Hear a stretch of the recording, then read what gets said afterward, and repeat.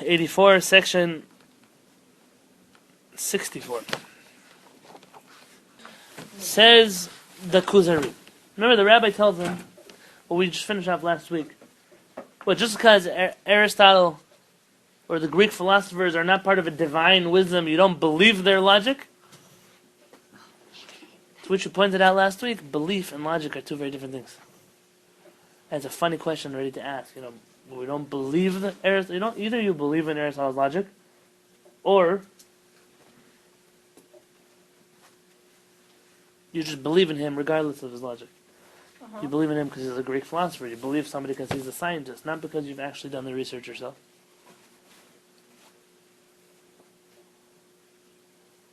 You believe somebody just because they're a rabbi. You believe somebody just because they're your teacher. The world is riddled with such silly beliefs. A person has an obligation to know. V'yadata v'chakarta v'darashta hetev, says the Torah. You have to look into these things deeply, on your own. Empower yourself to know these things. So the rabbi really tells you, doesn't have to answer anything. Just it's a stira in yourself. You say, what, I shouldn't believe Aristotle? The rabbi is not answering back. Says, but yes, you should never believe Aristotle. If you're telling me you believe in him only because his logic is flawless, you're not believing in him. Rather, you're following him. But you use the word emunah. That's a silly word to use when you're trying to talk about logic. Right? Yeah, it's two different things. So the rabbi uncovers already that the Kuzari didn't do the research and looked into Aristotle's logic. Rather, because everyone believes the philosophers, must be Aristotle is right. Must be. So is that enough of a reason, says the Kuzari, just because he doesn't have divine wisdom, that I shouldn't believe in his logic? Says the rabbi, you don't believe in logic. Either the logic pans out, or you believe in something. It's one of two different things. Let's look inside. Amar hechaver, says the rabbi, Ken. Yes, it is. It's enough of a reason not to believe Aristotle. And then he says something here fascinating. Fascinating. A person might have to hold on to their chairs. מפני שהטריח את שכלו ומחשבתו בעבור שלא הייתה בידו קבלה ממי שיאמין בהגדתו. Aristotle was forced to exert his mental efforts regarding the universe because he did not have any reliable tradition from his forefathers. Says the rabbi, Aristotle has no base in tradition. Because he didn't receive a tradition, he went to seek the truth through his own logic. Okay, that's not so bad. וחשב בתחילת העולם וסופו, and he therefore contemplated the origin and the end of the universe. והיה קשה. Does anyone know what Aristotle's philosophy is? Basic philosophy about the world and God. Didn't he say there was an original cause? He didn't call it God, but he said there was an original... Well, Aristotle said there was no beginning to the world. Right. The world is everlasting. It's ever been. There's a word for it. No beginning, no end. Eternal. But with it. Eternal, but also backwards. Right. It had no beginning moment. Yeah. It has always been in existence. It was very difficult for his mind to fathom a beginning to the universe. While at the same time it was difficult to fathom the theory of an eternal, timeless universe without a beginning. As much as he couldn't believe in a God, he also couldn't believe in a world that just always existed.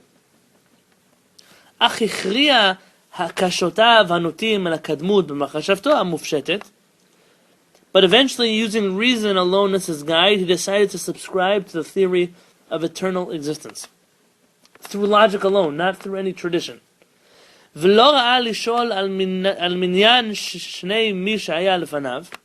he didn't see any reason to ask earlier generations about how old the world has been.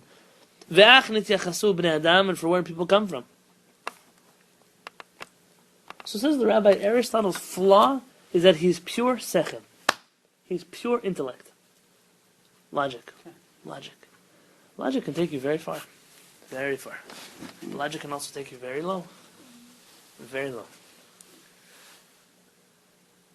Let's speak about logic for a second.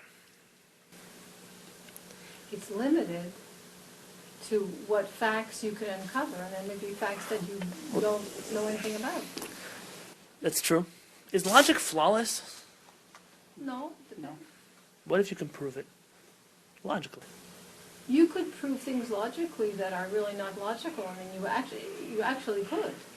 It could be step by step, but your premise could be incorrect, and then it could be very logical, but it's not correct. Someone spoke to me this week. Back. Okay. People say things, and people assume that what they're saying is true. That's not logic. Logic, though, can be you can prove things, and then once you find out that one of the stones in your pyramid were false, then the whole thing crumbles to pieces. Logic can come to very good places. Logic can take you to very low places. Our rabbis say, and this is a rule that I wish we taught people. Even Torah, using Torah sources as logic, is not flawless. Our rabbis say, kan derachim. What is kan? Kuf nun. 150. There are 150 ways letaher et hasheretz, to purify that which is impure. I mean, there are 150 ways that you could prove to somebody that a pig is a kosher animal. And there are 150 ways that you could prove to somebody that murder is a mitzvah. And there are 150 ways you could prove to somebody that hatred is a good thing. And there are 150 ways to prove everything, say our rabbis. Now, exactly 150, what if you don't get it? That's not the point of 150. Our rabbis saying there are numerous ways to logically rationalize things that are not allowed. Rationalize things that are false. Rationalize things that are evil. That are not true. That are not true. Hitler, Yimach Shmov Zichro. Hitler rationalized everything that he did. He didn't do anything wrong. From a logic point of view. From a logical point of view, at least his logic is twisted logic. His premise to begin with was wrong. That's okay, but if you believe in his logic...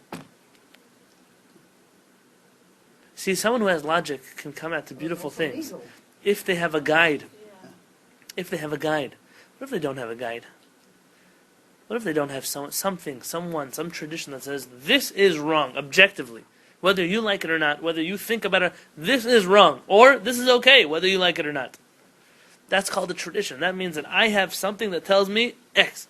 But if you don't have such a rule in your life, if you see somebody, for example, who doesn't believe in God, that he still cares about his parents, or still, does nice things to people, or still doesn't steal from people, tell him that he's an idiot. Why? I've known people like that. Why? You can get away with stealing something, why not steal it? Logically, you can get away with it, so get away with it. Who decided that it's wrong? We, even if nobody's looking, can't take something. We can't take something even if it has minute value. Even if it's a little bit of soap from someone's soap they left outside in yeshiva. Or even if it's somebody's pen, I just want to write something with it very quickly. Who cares? They don't know. You still can't do it. Somebody was once driving me in a car. It was 2 o'clock in the morning and I was at a red light. It was one of those red lights that don't change for like 3 minutes. You know those lights? Long I didn't drive. No cameras, no police officers. Nobody was there. I was pitch black. I said, why don't you drive? Nobody's looking.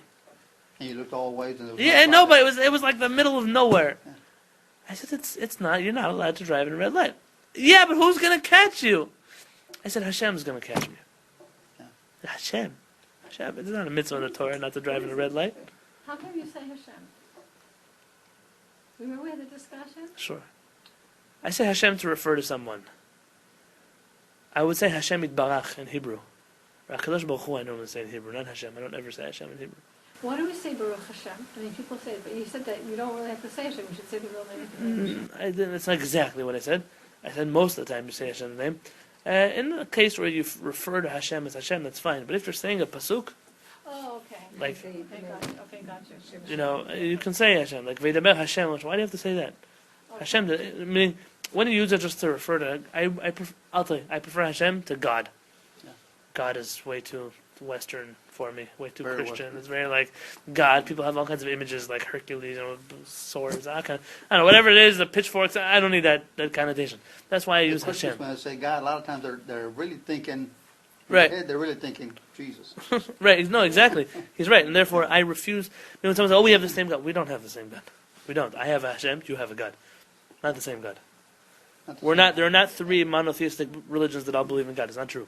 We believe in Hashem. They believe in God. I don't know what their God is, but not our God. It's not the same God. So back to logic. Back to logic. Where was I? Something about it. That's okay. It's okay. That's what we're here for. Morality. Oh, middle of the night. I was at a red light. The Rambam says that breaking the law of the land is a biblical prohibition. Not a rabbinic prohibition, a biblical prohibition. Dina de malchuta dina. Isur deoraita salam, a biblical prohibition. He said it was a biblical prohibition? Prohibition to violate the law of the land. Unless, of course, that law violates Hashem. Yeah. If the law is you cannot keep Shabbat, so you don't care about that law. But in a situation, like most laws, the law doesn't violate our Torah. We have a biblical requirement to follow that law. That means that... No, the Rambam Isur Deoraita says. That means that in 2 o'clock in the morning, and I'm at a red light, maybe legally I could get away with it. Yeah. But religiously, that would be a biblical... That's like eating pig. Now, who looks at it that way? If we looked at it like that, then the world would look like a different place. At least our world. Very different place. Jews would have the ability to make a Kiddush Hashem, to sanctify Hashem's name in the world beyond belief, if we treated the world that way. Think about these things. But there are 150 reasons to rationalize why I could drive on a red light in the middle of the night. Or I can cross on red. Or whatever it would be that would come up. What do you do, Shabbat. right, Friday, like after midnight when it's no longer changing? So in California, you have something you don't have in other places. New York, the lights change on their own. You don't have to press buttons. You don't have to... Here, the assumption is people barely walk in the street. By the way, they changed it. What? It's changing. Yeah? Yeah. So what? Like all the time. On its own? Yeah. Oh, great. Really? People barely walk. Finally, once I moved, they changed it. People don't really walk so much in this neighborhood, at least, or in many places here in San Diego. And therefore, it would be a disturbance to traffic if every time they had to make a green red. It would be so they cut it out unless someone needs a leg. As a Jew,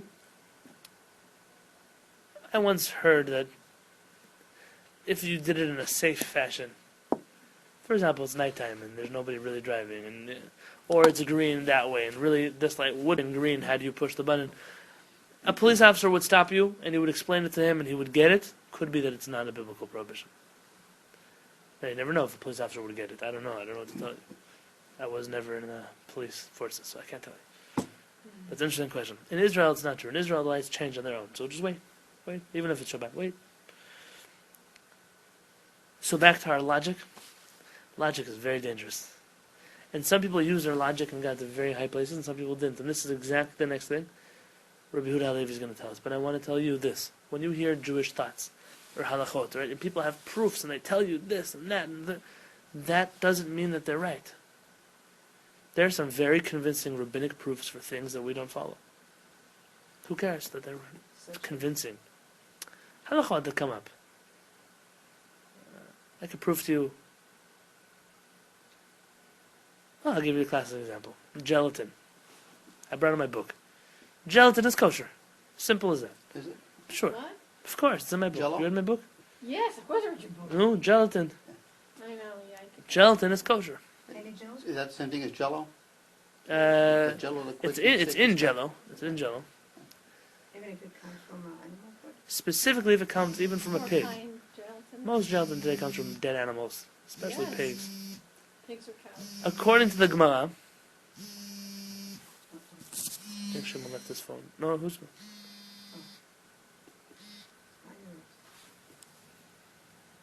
No, it's mine. Sure.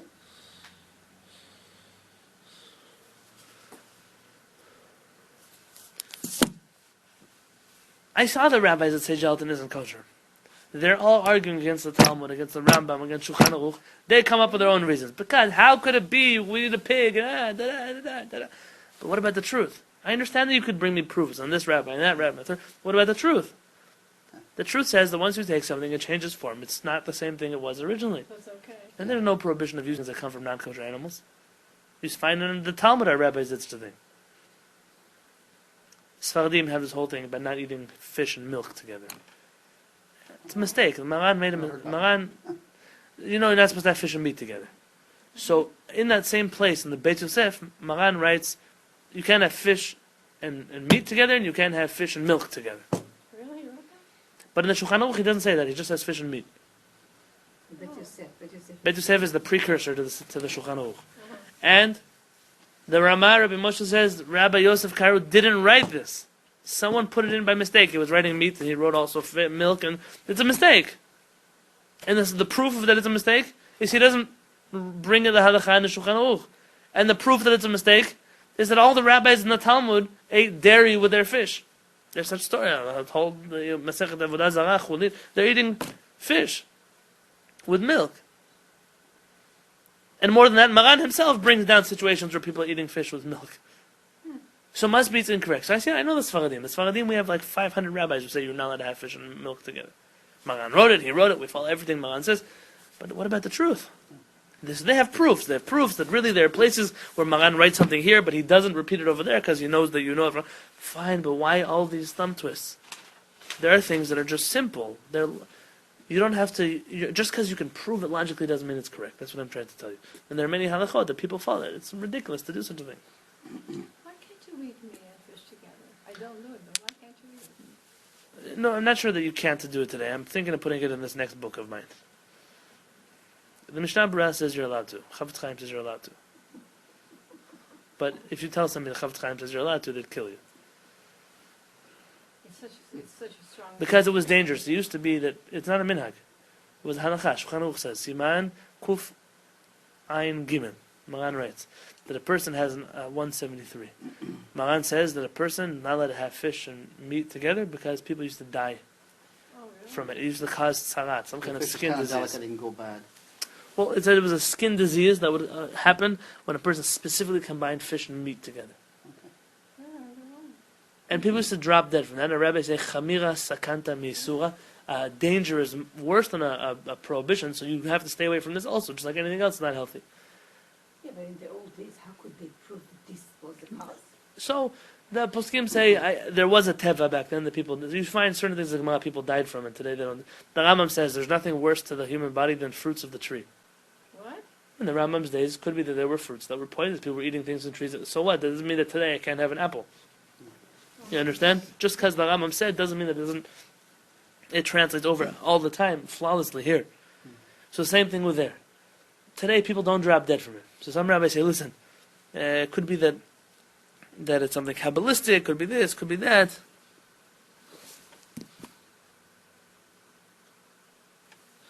So there's no such thing. As the Mishnah Berurah says, Bizmanenu nishtanu atevim, the nature has changed and you're allowed to do it. So eat it together, I wouldn't say. Put it on the same plate though? Come on, what's the problem? You're not supposed to have like fish and meat. That's just it's a piggish way to eat. Either eat fish or eat meat or eat them one after the next. But don't have both at the same time. What kind of ridiculousness is that? But to have them on the same plate, what's going to happen to you? Who was the last person who dropped dead eating it? Okay, so I know, the Mishnah Berurah, there's only one rabbi, but you follow him everywhere else. Chafetz Chaim, Chafetz Chaim, Chafetz Chaim. Here you decide not to follow him. But listen to this next piece that Kuzari says.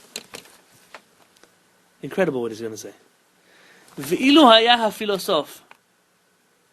But if this philosopher, who?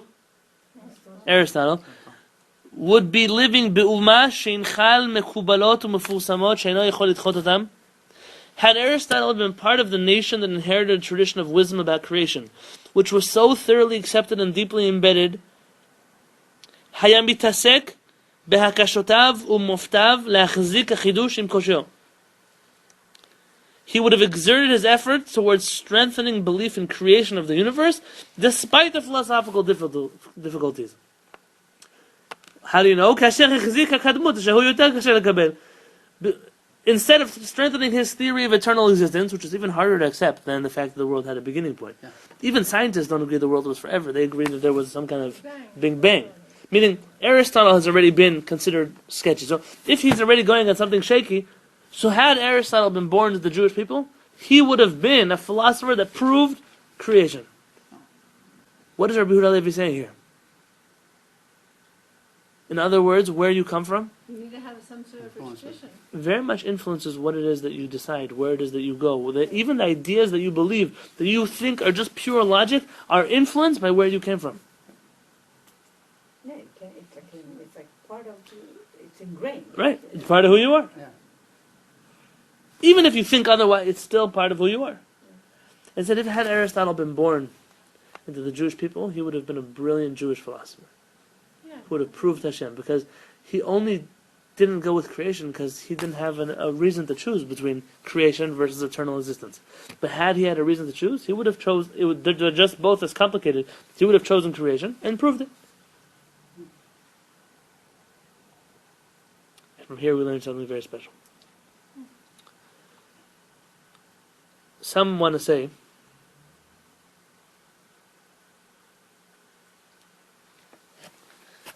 someone suggested that perhaps after Rabbi Yonatan Halevy wrote this, or just the notion that this conversation ever took place, had Aristotle been Jewish, that's why the Rambam was created. Because the Rambam used Aristotelian logic to prove the existence of creation and God. And what Hashem was kind of showing was, see, you could use Aristotle to prove the creation of the universe. And I'll tell you that when I saw this is in the writings of Rabbi Uri Sharkey. Something that he fails to mention, perhaps because he doesn't believe in the authenticity of the statement. Alexander the Great. We call him in Hebrew? Yeah, Alexander Mokdon. Why Mokdon?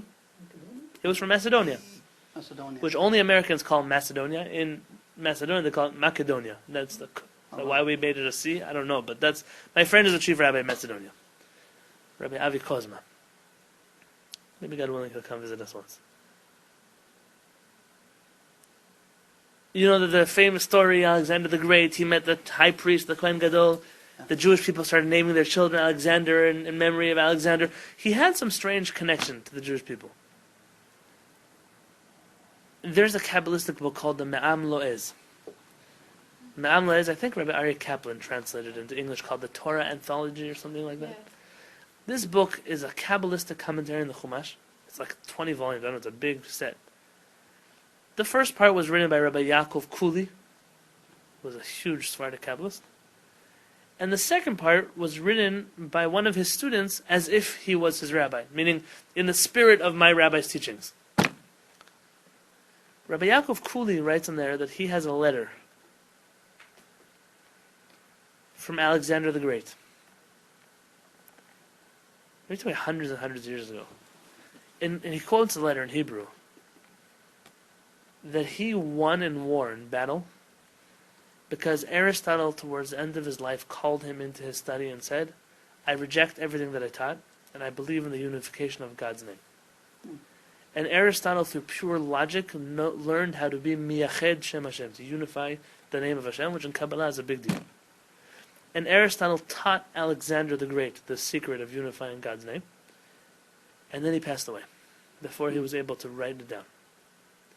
And he has a letter from Alexander the Great stating this story, in which he says that Alexander the Great says that every time he went to war, he would be miyached Shem Hashem, he would unify God's name. And when he was successful in unifying God's name, that's when he was successful in battle. And when he wasn't, that's when he would lose. And that perhaps fits into the story of the Talmud, which is when Alexander the Great shows up in the Beit HaMikdash, in the temple. Shmuel, I think it was named, Shmuel Hanavi, the Kohen Gadol, the chief Kohen, he comes out to greet him, and Alexander was ready to kill him. There's a whole fight over there between the Kohanim and Alexander the Great. So he says, I know you! Alexander says, I see you in a dream every night before I go to war. And when you nod to me, I win the war. And when you shake your head at me, I lose the war. He says, who are you? He says, I'm the Kohen Gadol. It seems to be that Alexander the Great has some kind of connection to the Jewish people. So it could be he didn't need the Rambam. It could be the end of his life. At the end of his life, Aristotle himself ended up becoming a believer in one God. How could he have figured out how to this deep Kabbalistic thing all by himself? According to the Rambam, and even here, Rabbi Yonatan Halevy writes it, he calls him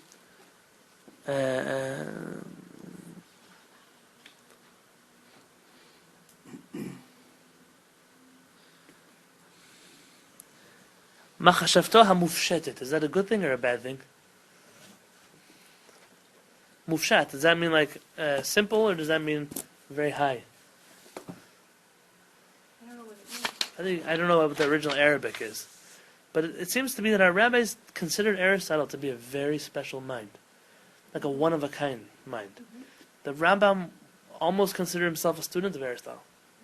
There are places where the Rambam surpasses Jewish texts in favor of Aristotle. To the point where the Vilna Gaon, some say it's a plagiarism, a counterfeit, said that the cursed Aristotle got to him. I mean, like the Rambam made a mistake because he was so convinced by Aristotle. But he's not a simple person. And we really believe that he could have had that potential to come to the belief in Hashem on his own. In any case, though, you see one big message from this whole story. You have to be very careful who you study from. Because people, based on who they are or where they come from, their Torah is influenced by it. And when I see rabbis write articles of a lady, Orthodox rabbis, doesn't have to be tzanua, doesn't have this, doesn't have that. And then I look at where did he grow up. Okay, that's exactly why he's writing it. Not because his pure logic brought him to the conclusion that that was right, but he grew up in a certain place, and now he had to force the Torah into where it was that he comes from. Instead of, God creating man in his image, man has created God in their image. Some say that's why so many Jews were in the Shmata business. They love to tailor Hashem. We tailor Hashem this direction, that direction. We cut his sleeves here. We make it just exactly should be the way we want him to look. Instead of saying, look, we have to fit HaKadosh Baruch Hu, they fit HaKadosh Baruch Hu to us. So we once had a psychologist come down to my house in Israel to speak to a group that I was running with the faculty. So he was telling us, very interesting, he was telling us about Eliyahu HaNavi, Elijah, and how he suffered from depression. And he was suicidal because when he goes to, Bahar HaKarmel, and he's going on his rampage, and he said, you should also know Shaul HaTzadik, he suffered from low self-esteem. So one of the rabbis that were sitting there, Rabbi, what's his name? His cousin has a yeshiva. Brazil, Rabbi Brazil. Real Englishmen, they say so he said, just tell me, when did you learn this Torah? Before you were a psychologist or after a psychologist? So he said, I was born a psychologist. So he said, okay. And after he left, this rabbi said, look, I would never have tried to insult in the public. He said, but when people take Torah and they put their lens on it, they taint it inevitably. Because his mind is a psychologist's mind. And when he's looking in Tanakh, he's coming with a perspective of, I'm going to find my psychological views there. And to take someone so great and to chop him up to your little pop psychology, as logical as it is, it's tainted by your own interior motives, I should say, not ulterior. For example, today, this whole push for Torah with science, and a lot of this comes from a worldview that desperately needs the science and the Torah to match. And so if it doesn't, they're going to be in a crisis. That's why they try to match it so much. Whereas a person who never was exposed to that world doesn't really care much for it. Who cares? So what? It doesn't bother me. It really depends where you come from. And when you see a person who, less than where you come from, but also how you live your life. I don't know, let's say you see a person who's abusive to his wife, Kehillat, but he gives nice lectures. Are you going to learn Torah from him? How could you? Maybe there's a child molester who's a brilliant Talmid Chacham. Brilliant. The guy finished Shas when he was 12. So what? That part of him will shine through. There's a famous rabbi who was in LA recently. A few weeks ago. Someone told me he went to go get a bracha from him. He says, this guy is a Kabbalist from Jerusalem. He won a famous Israel prize. He's very well known in Israel. I went to get a blessing from him. I said, I wish you would have asked me. Because you can't go get blessings for him. Why? He's convicted on numerous, not once, once is a mistake, numerous accounts of sexual assault. But he's he has yeshivas and he has Kabbalah centers and all. And I'm talking about not somebody from out of our community, from the community. And the mayor of Jerusalem holds of him in high esteem, like a lot of people. And I asked my rabbi about him once. And he said, let me tell you, that this guy, I believe every word. I said, Rabbi, were you there? He said, no, but I know that what he did was it's true that what he did. I said, how do you know? He said, I was once with him at a bus stop. And it was outside of a mikveh. and he kept peeking into the mikvah, peeking through the gate of the mikvah. He said he thought nobody was seeing him. He said, but I was watching him the whole time. I said, of course I believe it, because that's part of his personality. And when there are certain people you hear them, they talk too much about a certain subject, that subject is very much on their mind. This is something you have to think about. When you study from someone, it has to be from a good source. I don't know that you're going to find angels, like the Gemara says you find an angel. Not an angel. But at least somebody who you connect with, you respect. If there's somebody like, wow, I can't handle his personality, you shouldn't study from him. It's true with the Rabbaniot also.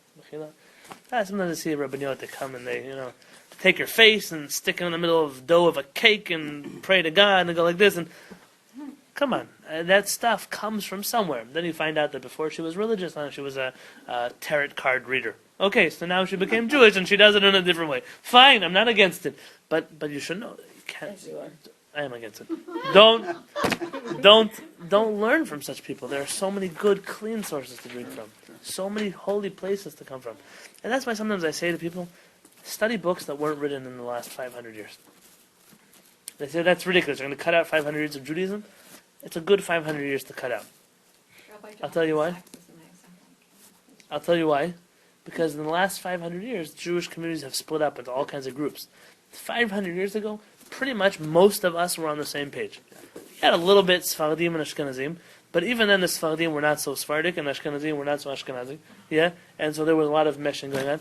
The Hasidic movements didn't exist. The Reform, the Conservative, this Kabbalistic age, none of this stuff existed. So you're going back to a very pure source. Yeah. Torah with we suddenly have rabbi doctors. I'm not against the rabbi doctor. It's an important thing. But is he first a rabbi or is he a doctor? Which one is he? Suddenly you hear rabbi doctors tell you all kinds of things that a rabbi would never say, that a doctor would say. Or you suddenly hear these rabbi scientists. They say things that only a rabbi would say and a scientist would never say. You just have to be careful where it is that you're tapping in information from. And if you don't... Who's speaking first, the rabbi or the doctor? Exactly. If you don't know them, don't study from them. I know it sounds wrong. Kiss their hand, get a blessing, don't study from them. You have to know where is the source. Where are they drinking from? Where does it come from? B'ezrat Hashem, Hashem should bless us to learn this. Aristotle. Aristotle, says Rabbi Yonatan Halevy, had the potential to be the Rambam. Potential to be the Rambam. If he only was part of where?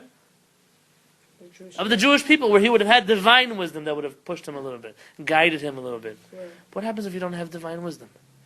Then your logic is just as fallible as anybody else's, and you make all kinds Probably of more decisions you should never dangerous, make. Much more dangerous. Much more dangerous. Yeah. When you have divine logic, it keeps you in check. It keeps you in line. It keeps you... At the end of the day, there's something that I cannot do. When we tell somebody about kosher, they think it's like a diet. Okay, so break the diet today. We can't break the diet today, and not tomorrow, and not next week, even if nobody's looking. But they don't understand. People who don't keep kosher will never understand the self-control that a child has when they keep kosher. A child has more self-control than most adults in this world do. Because the child knows, I want that bubble gum, and I like that, but it doesn't have an extra. I can't eat it. And you know what that takes? How many kids do you know really, if their parents weren't looking, wouldn't do something? I had a girl in my house yesterday. She keeps Chalav Yisrael. I am impressed. The ice cream, the donuts, and she didn't touch them. She wasn't angry. It's part of her self-control that she's raised. She doesn't eat these things. And whether I agree or not with Chalav Yisrael, you all know my opinion. But this idea is a very pure idea. To teach people that they have control over themselves. And that control has good sides to it and has bad sides. Because the control can manipulate ourselves to all kinds of dark and scary places. B'ezrat Hashem should bless us with a good year as our last Kuzari class for the next few weeks, because we don't have Thursdays left anymore. Do we have Thursday in... Before Yom Kippur. Oh, is the Thursday. but it's the night before Yom Kippur. When is Yom Kippur? A Friday Friday night. night. Yom Kippur is Friday. But there's no You have to preparation. cook. You have to cook for Friday night. Right. Give me a break. How much do I cook for a Sudan of second? Maybe No, Mashiach's it's going to come. Huh? She's joking. Maybe Mashiach's gonna come. Yom Kippur. No, before Yom Kippur. Sudan Mafsek, what are you making? Spaghetti and... Right, exactly, chicken pasta. soup. No, so like this. Soup for the night, for the afternoon. After the last. I don't know when we're going to have, we'll talk about when the next Kuzari class is, but Hashem should bless the Shana Tova, a K'tiva, v'chatima Tova, we should be signed to the Book of Life. Being signed into the Book of Life does not mean you just pray to God it should be signed. You have to do something to write yourself in. You have to have a plan. Have a plan to how this year is going to be a good year. Don't just pray to God that it's going to be a good year. If you pray to God, it's going to be just as bad of a year as last year. So you have to have a plan this time. Say, Hashem, I have a plan. Now bless this plan that it should work out. If we bless our plan, then it's going to work out. But Hashem, everyone should have a beautiful week and a beautiful Shabbat when it comes.